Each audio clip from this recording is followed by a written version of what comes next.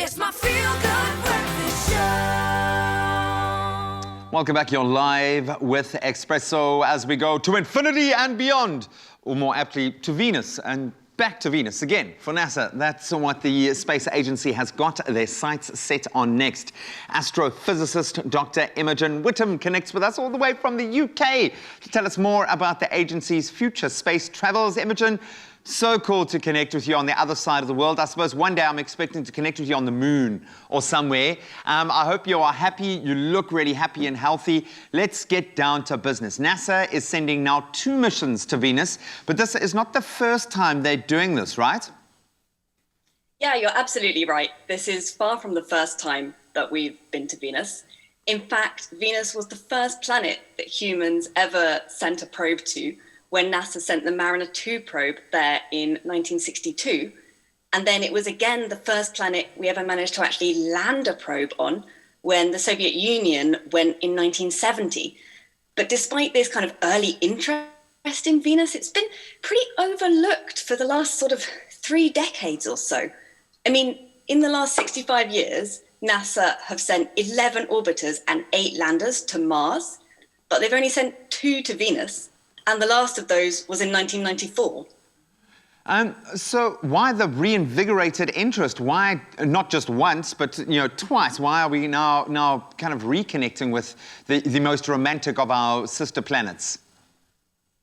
I mean, other than the fact that maybe Venus deserves a turn, there was a really exciting result last year when astronomers in the UK, they were observing Venus's atmosphere using telescopes here on Earth.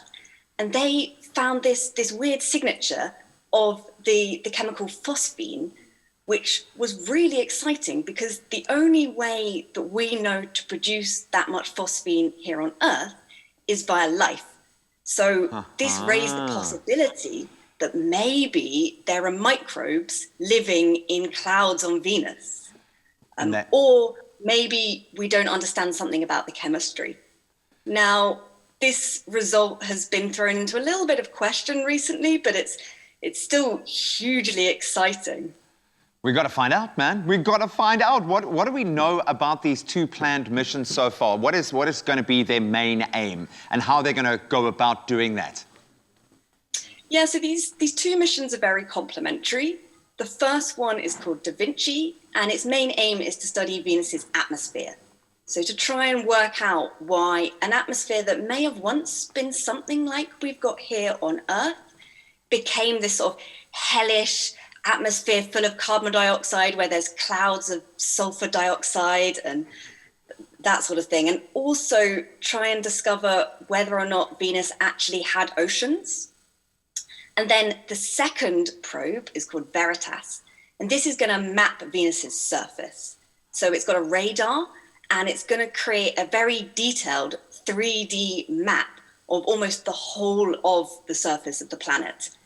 And this should hopefully tell us things like, are there plate tectonics on Venus? Is there volcanic activity? All of these questions that we really don't know the answer to yet.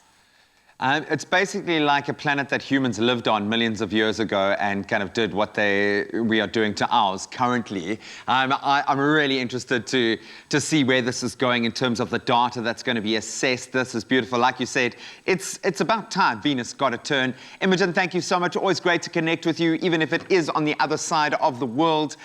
Really, really cool new frontier that we're delving back into. So good that there is a focus on Venus again. You go and have yourself the most spectacular day.